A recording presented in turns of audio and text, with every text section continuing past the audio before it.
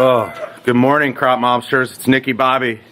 Had a late night, and I'm sitting here with my friends. We're about ready to do an interview, but I need some milk on my coffee. Can anyone help me?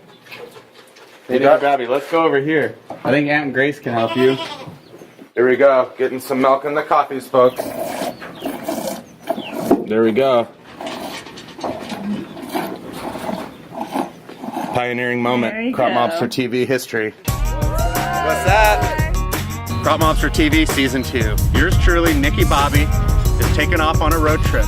In the streets, in the fields, in the food banks, telling stories that matter. Local, regional stories of people doing good work, creating good news, doing work that helps each other, our neighbors, our community. Giddy up!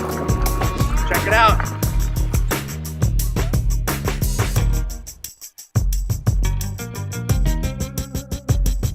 Stretch it out. Hey everyone, Nicky Bobby here, CropMobster TV. We're in Groveland, California at Wondernuts Farm with my new buddy Matt. How you doing today? Great. Awesome. So where are we in? We're in a goat pen for male goats. Yeah, there's 2 rams and 2 bucks in here. What are their names? This guy back here is Dan Turk. This one is Blue. Maury just walked away and I can't see Danny Boy. Okay.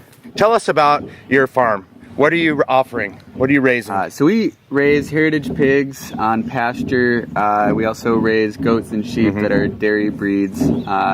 And it's a dry land ecology out here. We don't have irrigation or flat land.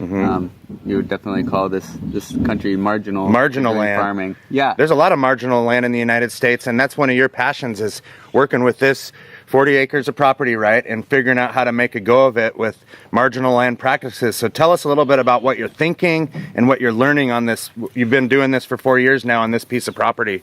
Sure. So there's not a lot of information about grazing on a dry land basis, especially if you're going to be trying to do it intensively. Most dry land grazing is based on having tons and tons and tons of land.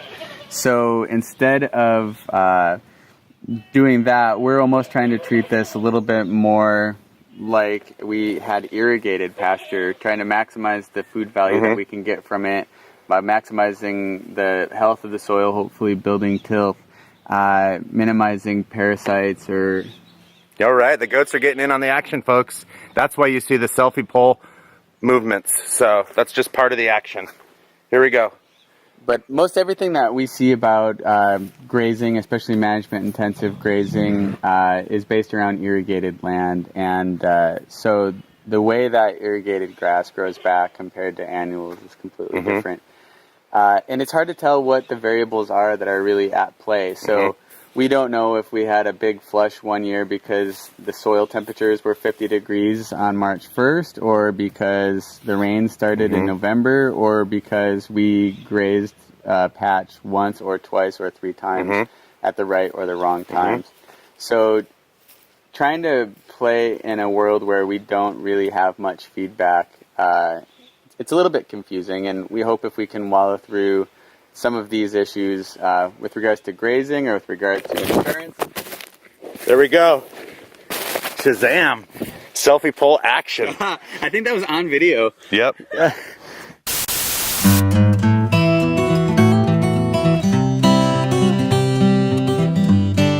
Hey, Nicky. What? Eat this. Eat this? Okay. Out of my mouth. It's pig food.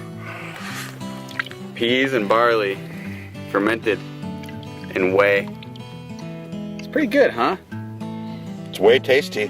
How many pig farms? Animals are eating that, and humans are eating that. That's a pretty good sign of quality product right there, don't you think? It's just single ingredients. There's no spray, no GMO, and yeah, it's food grade. Nicky Bobby eats the food grade pig food. Alrighty, folks, sorry about that commercial interruption. I'm getting bit here. Wow. Any rate.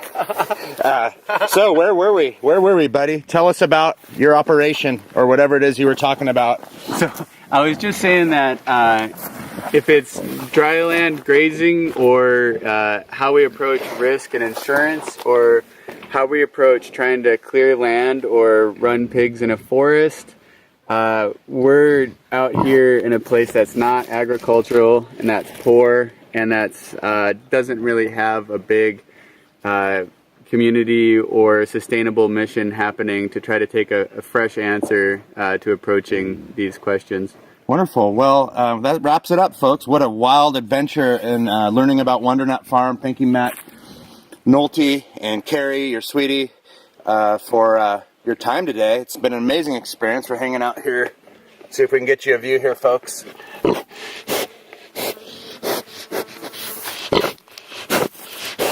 You two are a couple working the land together. I just thought it was interesting. Could you tell us the story of how you met and how you found this passion for agriculture together? Carrie and I were both working down at McMurdo Station in Antarctica. Antarctica? Yeah. Yeah, we were waiting in line for a bathroom at a concert that was happening at the New Zealand base.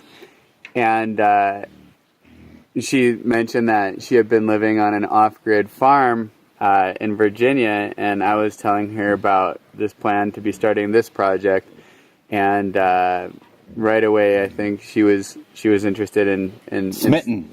Smitten? That's the name, I think. One of the words. Carrie's really fun. She's taken on a lot in order to try to create this Wilbur. If you had one lesson for couples in agriculture together, could you offer a lesson or a piece of advice to others who are working a farming business together and working this dream? Well, if we were going to do any single thing differently, I think it would be build in a day off here and there. Build in a day off here and there. Maybe even a week off. Okay. A day off or a week off, folks. Nothing super profound there, but that's the basics that we're trying to get folks back to here by this tour across California. I want to thank you so much. It was really great to meet your pigs and get rammed by one of your sheep goats, right? Sheep, yes. Sheep goats? Ram. Sheep ram. Ram by a ram. Alrighty, I'm learning my vocab here. Thanks, folks. Thank you, Matt and Carrie. Yeehaw! Shake and bake. So with that, I just want to thank you so much for your support. I want to thank our partners for their support. This can only happen as a team. Farmers, gardeners, hunger groups, doing actual work in their own communities. Hero. What? Come on!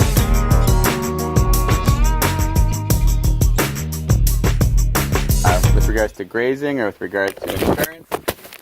There we go. Shazam.